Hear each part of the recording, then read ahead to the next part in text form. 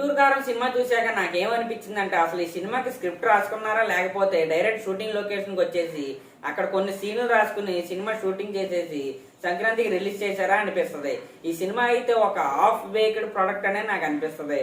Cinema shooting start అవ్వకముందు ఒక video అయితే release చేశారు. ఆ వీడియోలో మహేష్ బాబు గారు చాలా స్టైలిష్ గా హాలీవుడ్ హీరో లాగా అయితే కనిపిస్తారు. ఇంకా ఆ వీడియో చూసి త్రివిక్రమ్ గారు ఈసారి చాలా గట్టిగా ప్లాన్ చేశారని అయితే అందరైతే అనుకున్నారు. కానీ తీరా చూస్తే మన ముఖాన్ని కారం కొట్టారని సినిమా చూసిన తర్వాత అయితే తెలిసింది. దీనికి తోడు ఈ సినిమా ప్రొడ్యూసర్ నాగవంశీ గారు ఏం చెప్పారంటే చాలా ఏరియాల్లో ఈ సినిమా రాజమౌళి గారి సినిమా రేంజ్ కలెక్షన్స్ అయితే వస్తాయని ఆయన అయితే చెప్పారు. ఇవన్నీ విన్నాక ఈ సినిమా ఏ రేంజ్ లో ఉంటుందా అని ఆడియన్స్ అయితే తెగ ఎక్స్పెక్టేషన్స్ అయితే పెట్టుకున్నారు. అసలు ఈ సినిమా షూటింగ్ జరుగుతున్నప్పుడే చాలా మందికి చాలా రకాలుగా డౌట్స్ అయితే వచ్చాయి. ఎందుకంటే ఈ సినిమాలో ఫస్ట్ హీరోయిన్ గా పూజ హెగ్డే అయితే అనుకున్నారు. కానీ అకస్మాత్తుగా పూజ హెగ్డే అయితే ఈ ప్రాజెక్ట్ నుండి అయితే తప్పుకుంది. పూజ హెగ్డేతో పాటు ఈ సినిమా డిఓపి ఎడిటర్ కూడా ఇప్పుడున్న వాళ్ళైతే కాదు. ఈ సినిమా షూటింగ్ స్టార్ట్ అయినప్పుడు ఉన్న వాళ్ళైతే వేరే వాళ్ళు.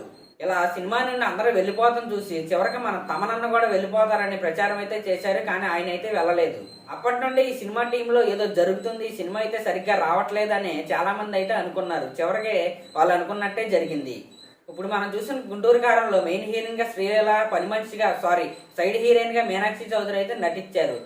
కానీ అంతకు ముందు శ్రీలీల ప్లేస్ లో మెయిన్ హీరోయిన్ గా పూజ హెగ్డేని అయితే తీసుకున్నారు. సైడ్ హీరోయిన్ క్యారెక్టర్ లో శ్రీలీలను అయితే తీసుకున్నారు. పూజ హెగ్డే బయటకు వెళ్ళిన తర్వాత రోల్స్ అయితే రివర్స్ చేశారు. సినిమా రిజల్ట్ కూడా మారిపోయింది.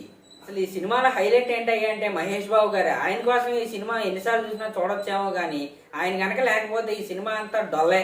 త్రివిక్రమ్ గారు అజ్ఞాతవాసి లాంటి రాడ్ సినిమాని మళ్ళీ తీయలేరని అయితే అనుకున్నాం. కానీ ఆయన అయితే ఈ సినిమాకి స్క్రిప్ట్ కూడా రాసుకోకుండా షూటింగ్కి వెళ్ళి దాన్ని మించే సినిమా అయితే తీశారు. గుంటూరు కారంలో స్క్రిప్ట్ లేదు, డైరెక్షన్ లేదు, ఏమీ లేదు. One man show. Mahesh Babu గారు దాని తర్వాత తమన్ గారు ఈ సినిమాని అయితే ఈ పండగకి అయితే బతికిచ్చేశారు. త్రివిక్రమ్ గారి నెక్స్ట్ సినిమా అల్లు అర్జున్ గారితో అయితే తీస్తున్నట్టు అయితే అప్పట్లో అయితే ఒక అనౌన్స్మెంట్ అయితే ఇచ్చారు. మరి దానికైనా స్క్రిప్ట్ రాసుకుని వెళ్తారో లేకపోతే షూటింగ్కి వెళ్ళి స్క్రిప్ట్ రాసుకుని సీన్ బై సీన్ అతికిచ్చి 2 గంటలు సినిమా చేసి రిలీజ్ చేసేస్తారో చూడాలి.